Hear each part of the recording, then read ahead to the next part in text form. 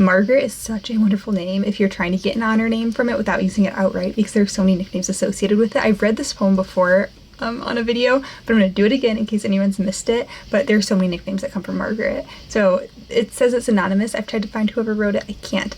But in search from A to Z they passed, and Margarita chose it last, but thought it sounded far more sweet to call the baby Marguerite.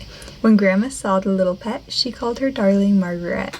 Next, Uncle Jack and Cousin Aggie sent cup and spoon to little Maggie, and Grandpapa the right must beg to call the lassie Bonnie Meg, from Margarita down to Meg, and now she's simply Little Peg. Genuinely, Margaret has like dozens of nicknames and derivatives. A lot of the names that were very, very popular 100 years ago do, because that was a very genuine problem they had. The popular names then were way more popular than the popular names today, so now you might have 2 Olivias in a classroom, but way back in the day you might have like 7 Margarets in a classroom. So instead of just going by Margaret S or Margaret L, they all had their own little nicknames. Like Pearl comes from it, Maisie, Greta, Margot, Merritt. There are several roots to the name Merritt, but one of them is a short form for the name Margaret. A lot of old names have multiple roots, but all of these have at least one of their roots as being derived from Margaret. So Greta, Retta, Rita, Madge, May, Megan, Midge, Maisie, Peg, Peggy, Merritt, Margot, Pearl, Meta, and Merritt. If you want something really subtle, you could use any name that begins with M-A-R.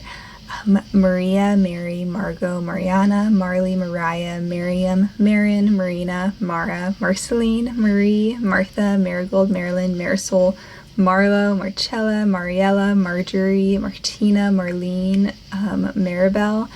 The list goes on. Those were in order of most popular to least. If you wanted to be kind of like sneaky, say you want to honor Grandma Margaret, but you're having a boy, I could see like Rhett as a middle name, and you could even spell it like R-E-T-T. You don't have to have the H. I think especially, I don't love changing the spelling of first names, but middle names, I have no shame. I will bend a name to fit for what I need it to do. And in general, I just love kind of like off-the-wall middle names. For me, they're fair game. So another suggestion I would have is use the middle name Mars for either a boy or a girl. It's like a very like subtle way to nod to Grandma Margaret, or whoever Margaret is to you, Aunt Margaret, whoever Margaret is, but Mars. I think that's such a cool middle name. I love when people go a little more daring with their middle name, especially if they've got like a very traditional first name. Like imagine like Ingrid Mars or something.